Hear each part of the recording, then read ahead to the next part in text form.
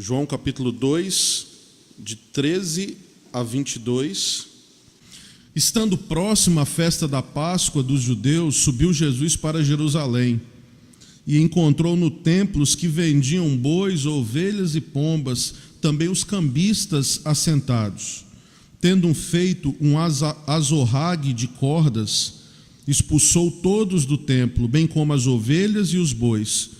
Derramou pelo chão o dinheiro dos cambistas, virou as mesas e disse aos que vendiam as pombas: tirai daqui estas coisas, não façais da casa de meu pai casa de negócio.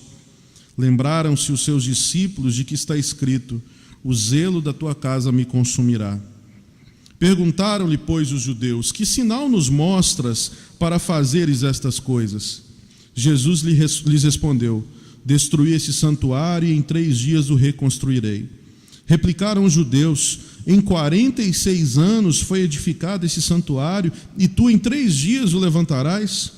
Ele, porém, se referia ao santuário do seu corpo. Quando, pois, Jesus ressuscitou dentre os mortos, lembraram-se os seus discípulos de que ele dissera isso, e creram na Escritura e na palavra de Jesus. Até aí.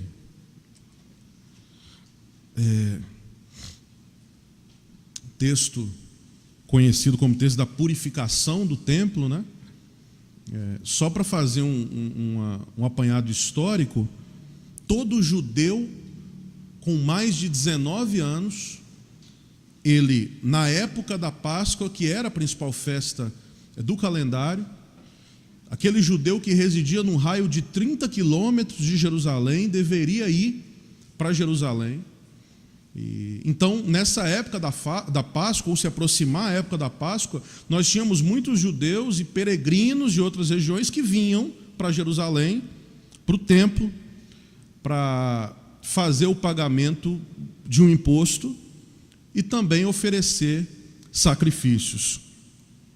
Mas é interessante que eles deveriam pagar esse imposto, mas o imposto só poderia ser pago na moeda corrente de Jerusalém, que era o shekel. Moedas de outros povos não serviam para se pagar esse imposto. A gente vê essa presença aqui no texto dos cambistas, e a gente passa a entender melhor, porque os peregrinos que não tinham essa moeda ou vinham de fora, tinham que fazer um câmbio em Jerusalém para conseguir ter o shekel para poder pagar esse imposto. Só que esses cambistas, que eram também ligados ao templo, tinha um certo ágio nessa troca ou nesse câmbio para aqueles que precisavam fazer essa troca de moedas. Além disso, seguindo um pouquinho mais no significado do texto, a gente tem outra informação importantíssima.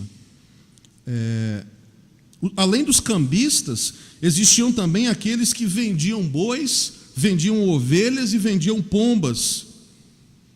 Com muita frequência, aqueles que visitavam o templo desejariam apresentar uma oferta de ação de graças por uma viagem realizada à Cidade Santa. Entretanto, a lei dizia que esse animal para sacrifício ele deveria ser imaculado, sem mácula, sem mancha, perfeito. Uma coisa que poderia ser feita, talvez com um desses peregrinos, seria ele trazer o seu animal para ser sacrificado. Entretanto, os sacerdotes instituíram a figura do mumché, que eram os inspetores desses animais de sacrifício. E quando esses animais vinham de fora, eles tinham que passar por esses inspetores para ver se o animal ele era elegível para o sacrifício ou não. Qual que era o problema? Nunca era elegível quando esses animais vinham de fora, o que obrigava a todos aqueles que iam para o templo para comprar os animais que eram comercializados no pátio do templo. E qual o problema disso? Talvez o problema disso eu possa dizer da seguinte forma para vocês: enquanto um pardal custava menos de 1 dracma fora do templo, no templo podia custar até 30 dracmas. Trazendo ou fazendo uma comparação, se custava menos de R$100 dentro do templo, ou nesse comércio que era realizado, podia custar R$3.000. Percebam esse contexto de injustiça social, de flagrante e vergonhosa injustiça que era praticada em nome ou legitimada pela religião.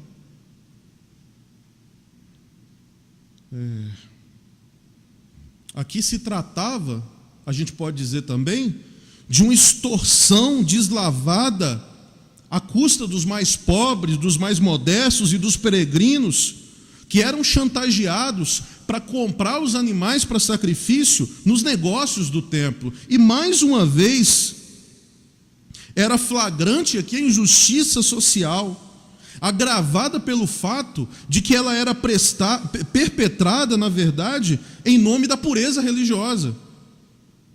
Foi isso que inflamou a ira de Jesus. Ainda bem que isso é coisa do passado.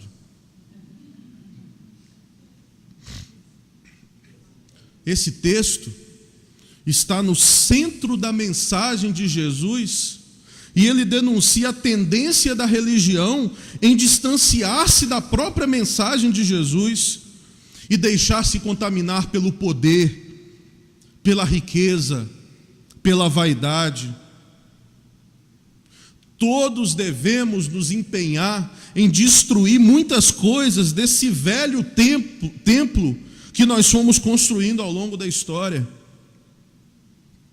O espaço do templo tinha se convertido em um mercado e se encontrava dominado pelos comerciantes da religião, pelos vendedores e, por que não dizer, com o aval dos sacerdotes.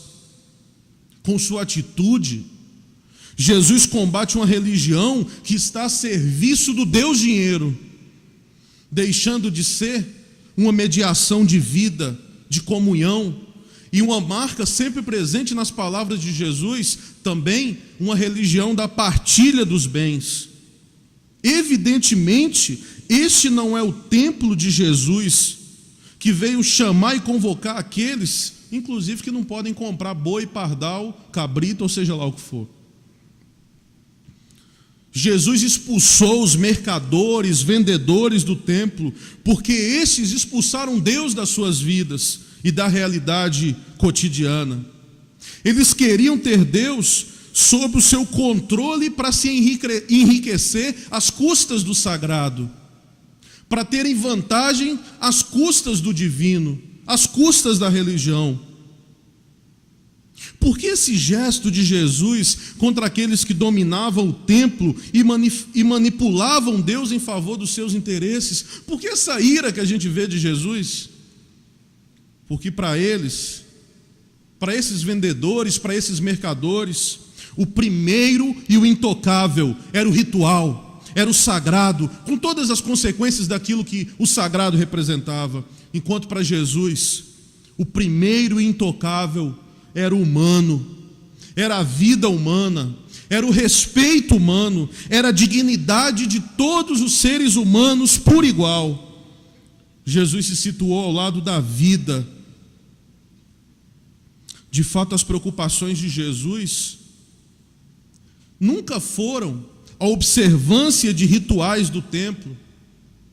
A preocupação de Jesus nunca foi a inviolabilidade do sagrado, nem a dignidade dos sacerdotes, nem os poderes da religião. As preocupações de Jesus foram a saúde das pessoas, a mesa da partilha e da inclusão, onde todos são convidados, a reconstrução das relações humanas. E o Sermão da Montanha, do início ao fim, ele é um sermão de relação, de relacionamento. O culto, que deveria ser um momento de aproximação entre Deus e as pessoas, estabelece aqui um movimento de exclusão, de exploração, de miséria, de injustiça, afastando aqueles que não tinham condição de cumprir as suas exigências. A gente cantou, aqui acabamos de cantar, Patrícia nos direcionando, e a canção, uma parte dela diz: saudade de um mundo sem donos, ausência de fortes e fracos, derrota de todos os sistemas que criam palácios e barracos. Jesus não foi um profeta funcionário da religião, mas ainda Jesus viveu e falou de tal maneira que logo ele entrou em conflito com os dirigentes da religião do seu tempo, com os sacerdotes, com os funcionários do templo, que eram representantes oficiais do religioso, representantes oficiais do sagrado. Se há algo que é claro e repetido tantas vezes nos evangelhos, é que os homens da religião não suportaram o evangelho de Jesus, centrado na vida e não no templo. E não suportaram porque eles viram em Jesus um perigo, uma ameaça aos seus privilégios, enquanto o projeto deles era defender e manter o templo com os seus ritos, com as suas normas, com as suas dignidades e privilégios, com os seus poderes sobre o povo. O projeto de Jesus centrava-se na cura dos enfermos, na proximidade junto aos pequeninos e a todo tipo de pessoas que inclusive eram desprezadas pelos próprios religiosos, que inclusive eram impedidas de ter acesso ao templo por N razões.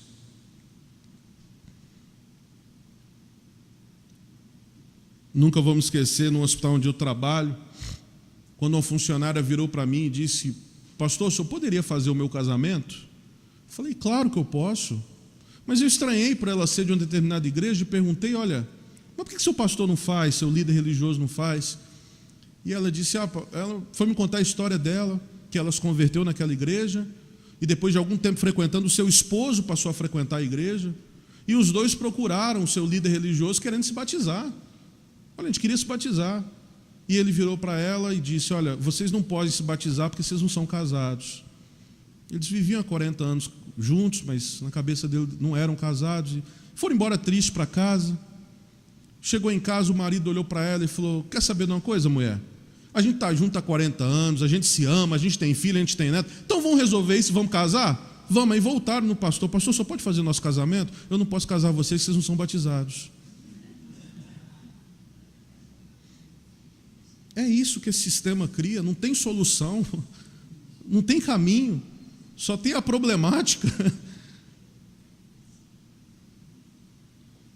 Jesus transgride as normas da religião, enfrentando inclusive os escribas, os fariseus, os sacerdotes, e atuando de forma dura contra aqueles que utilizavam o templo como negócios, até convertê-lo numa casa de comércio. Nós sabemos que em toda religião o determinante está no sagrado, nessa figura do sagrado. Agora, no projeto de Jesus, o centro de tudo está no humano, na dignidade e na felicidade das pessoas, na vida. Jesus não suprimiu o sagrado de forma alguma, mas Jesus deslocou o sagrado do religioso para o humano. Este é o verdadeiro sagrado para Jesus. O central na sua vida não foi o religioso, mas o humano, a humanidade, a vida. Jesus se encontrava com o Pai não no espaço sagrado do templo, nem no tempo sagrado do culto religioso, mas Jesus se encontrava exatamente no espaço cotidiano do encontro com as pessoas. O seu templo era a convivência com as pessoas. Frente ao projeto que chamava Reinado de Deus, Jesus foi questionando uma religião que desumanizava as pessoas. Ele mesmo foi relativizando os pilares da religião. Vamos lembrar que a vida de Jesus, esses pilares que eram pilares da religião corrente: o sábado, a pureza legal, o pecado, o templo, o culto, os sacrifícios, as doutrinas. Pouco a pouco, Jesus foi colocando tudo em questão, foi infringindo essas normas. Jesus foi atacando a hipocrisia de um culto a Deus que desprezava as pessoas. Nós dizemos que a religião meio, uma mediação, né? No latim, religare, essa religação do homem com Deus, para nos relacionar com Deus, mas nem sempre caímos a realidade, a gente se dá conta de que a religião, com seus rituais, ocupam tanto espaço, alcançam tanta importância na experiência dos indivíduos e também da sociedade, que Deus acaba ficando deslocado da vida e desfigurado da sua imagem de pai e mãe de misericórdia.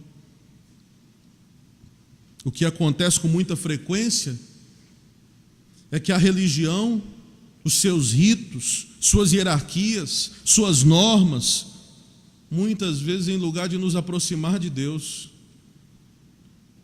e fazer-nos pessoas melhores, na realidade dificultam as nossas relações sociais, religiosas ou simplesmente as relações humanas.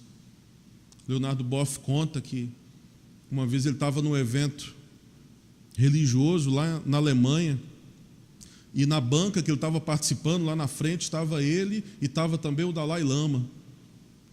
E ele caçando algum assunto para puxar com o Dalai Lama, né? Futebol, samba, não sei, queria conversar com o homem.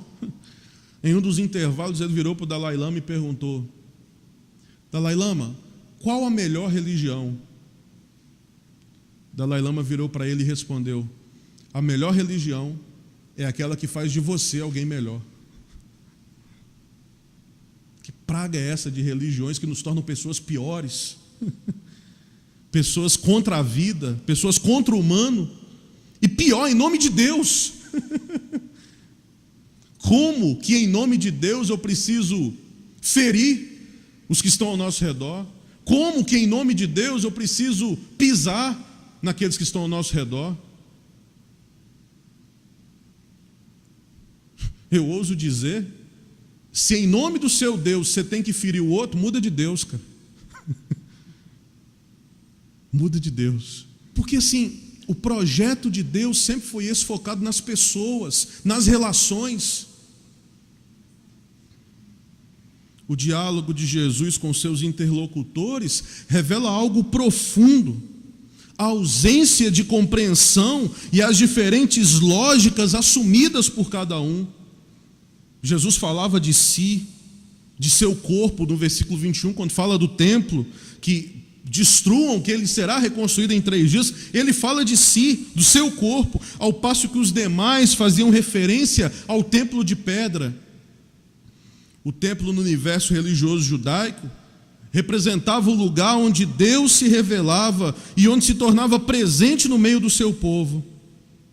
Jesus, ao se apresentar como novo templo, afirma que é Ele agora o lugar onde Deus reside, onde se encontra como ser humano e onde se manifesta ao mundo, que a lei judaica não conseguia fazer.